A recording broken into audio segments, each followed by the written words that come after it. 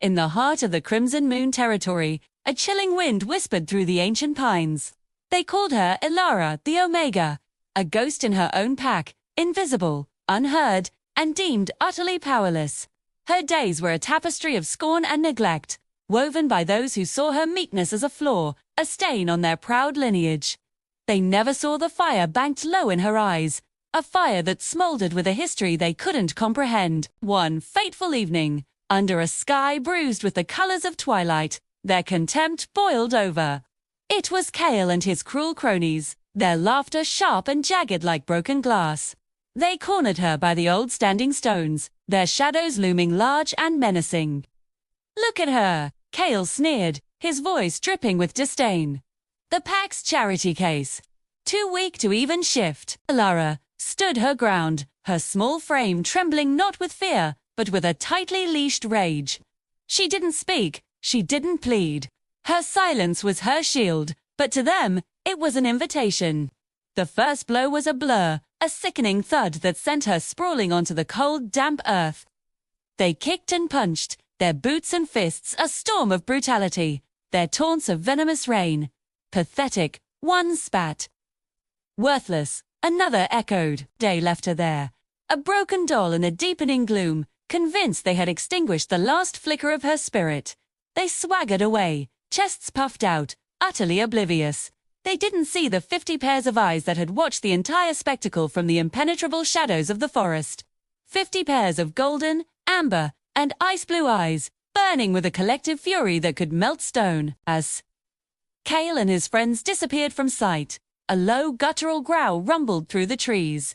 A sound so deep it vibrated in the very soil. It was the signal. Slowly, deliberately, 50 wolves emerged from the darkness. These weren't the familiar wolves of the Crimson Moon Pack. They were larger, their fur a mix of midnight black, snow white, and silver. Their muscles coiled like powerful springs.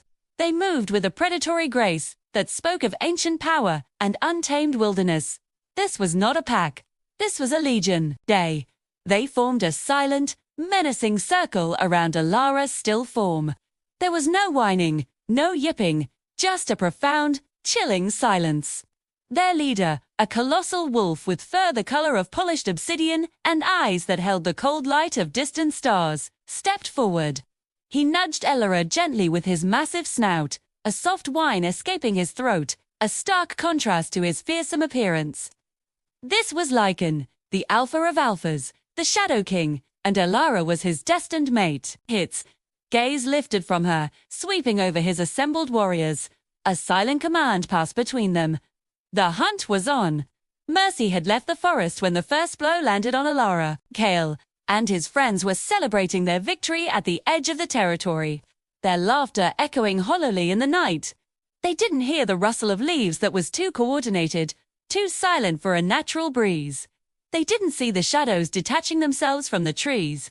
The first sign of trouble was a twig snap, loud and sharp. Kale turned, a drunken grin on his face, which froze when he saw the wall of muscle and teeth blocking their path. The 50 wolves stood there, a silent, disciplined army. Their eyes glowed with an eerie light, promising a reckoning. Panic, cold and sharp, pierced the fog of Kale's arrogance. These were not pack wolves. This was something else entirely, something primal and terrifying. He fumbled for an alpha command, a bark of authority that usually made others cower. But here, it was nothing.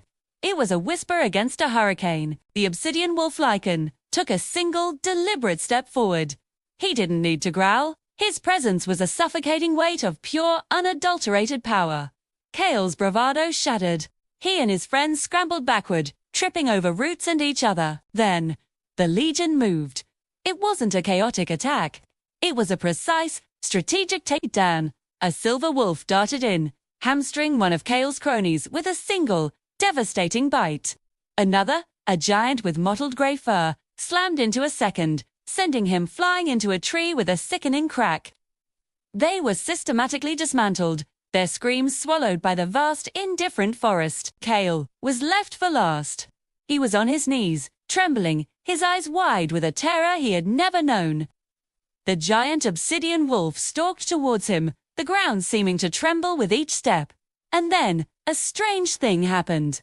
The air around the wolf shimmered, and in a whirlwind of shadow and light, the beast was gone. Standing in its place was a man. See, he was impossibly tall, with shoulders as broad as a mountain pass, and hair as black as a starless night. His eyes, the same chilling, intelligent eyes of the wolf, were fixed on Kale. This was the Alpha King. A legend, a myth whispered in hushed tones around campfires. And he was real. Two touched what was mine. The king's voice was a low, dangerous rumble. Each word a stone dropped into a deep, dark well. It wasn't a question. It was a death sentence. He didn't need to raise his voice. The absolute power radiating from him was more terrifying than any shout. Kale could only stare, his mind unable to process the reality before him. The Omega, their worthless, powerless Omega, belonged to him? The realization dawned, a horrifying sunrise of understanding. He had not just assaulted a lone wolf. He had declared war on a king, Vec. At the standing stones, Elara stirred. Her body ached, but a strange warmth was spreading through her, healing her wounds at an impossible rate. The Alpha King's mark, long dormant on her soul, had been awakened by his proximity and his rage. She pushed herself up, her vision clearing. The first thing she saw was her pack, her true pack, returning from the shadows. They moved to surround her again, but this time, the feeling was different. It wasn't menacing, it was protective. It was a circle of devotion. Then, through the ranks of his warriors, her king appeared. He knelt before her, his expression a mix of fury for her attackers and profound tenderness for her. "They will never touch you again," Lycan vowed, his voice soft now, for her ears only. He reached out and gently brushed a stray lock of hair from her face. Elara looked at him, and for the first time in a long time, she wasn't the powerless Omega, she was the Luna of the Shadow Pack, the chosen of the Alpha King. She had been beaten and left for dead, but in doing so, her enemies had unwittingly unleashed a power they couldn't possibly imagine. They thought they were silencing a lamb, but instead, they had awakened a dragon and his entire legion. And from that day forward, the world would learn to fear the wrath that came when you harmed the king's most precious treasure. The story of the forgotten Omega was over. The legend of the Shadow Queen had just begun. Thanks so much for watching. If you enjoyed this story, don't forget to hit that like button, subscribe to the channel, and ring the notification bell so you never miss an update. We'll see you in the next one.